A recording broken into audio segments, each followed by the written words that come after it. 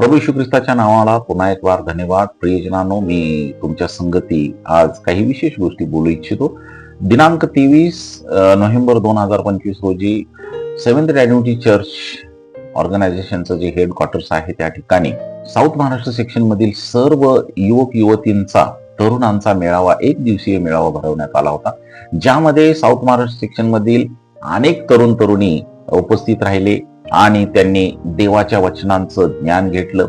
तरुण लोकांनी कशा प्रकारे आपलं जीवन जगलं पाहिजे, कसं व्यसनापासून दूर राहिलं पाहिजे, कसं देवाजवळ राहिलं पाहिजे, पुढच्या भविष्यातील काही गोष्टींची निवड करत असताना कशा आणि कोणत्या कोणत्या काळज्या घेतल्या पाहिजेत, या सर्वांचा जो अभ्यास आहे किंवा जे शिक्षण आहे ते या मेळाव्यामध्ये देण्यात आलं. त्याचबरोबर वेगवेगळ्या प्रकारचे खेळ सुद्धा बाहेर आम्ही त्यांच्या संगती ऑर्गनाईज केले होते, ते खेळले गेले आणि या सर्वांचा आनंद साऊथ महाराष्ट्र सेक्शन मधील सर्व जवळजवळ तरुणांनी घेतला.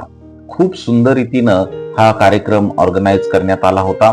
मी स्वतः डिपार्टमेंट डायरेक्टर आहे, युथ डिपार्टमेंट डायरेक्टर असल्यामुळं, आणि माझे वरिष्ठ अधिकारी पास्टर राकेश आणि पास्टर राजेंद्र आणि मिस्टर नामे यांनी सुद्धा या कार्यक्रमामध्ये खूप इनिशिएटिव्ह भाग घेतला.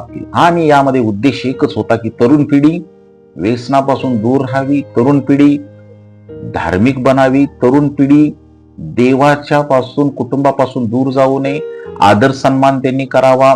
आपल्या सर्व विभागाचा, आपले आई वडील, आपले शिक्षक, आपली शाळा, आपलं कामाचं ठिकाण, या सर्व ठिकाणी त्यांनी आदर, या सर्व ठिकाणांना त्यांनी आदर द्यावा, सर्वांच्यावर प्रीती करावी, कोणालाही परक समजू नये. या सगळ्या गोष्टी त्यांना शिकवण्यासाठी आम्ही प्रयत्न केला. कारण तरुण याच वयात प्रियजनांनो बाहेर जातात किंवा बिघडतात किंवा वाईट मार्गाला लागतात. आमचा एक प्रयत्न होता की त्यांनी देवाजवळ राहावं. या सर्व कामामध्ये परमेश्वरानं आम्हाला सहाय्य दिलं, याबद्दल देवाच्या नावाला धन्यवाद. आमेन.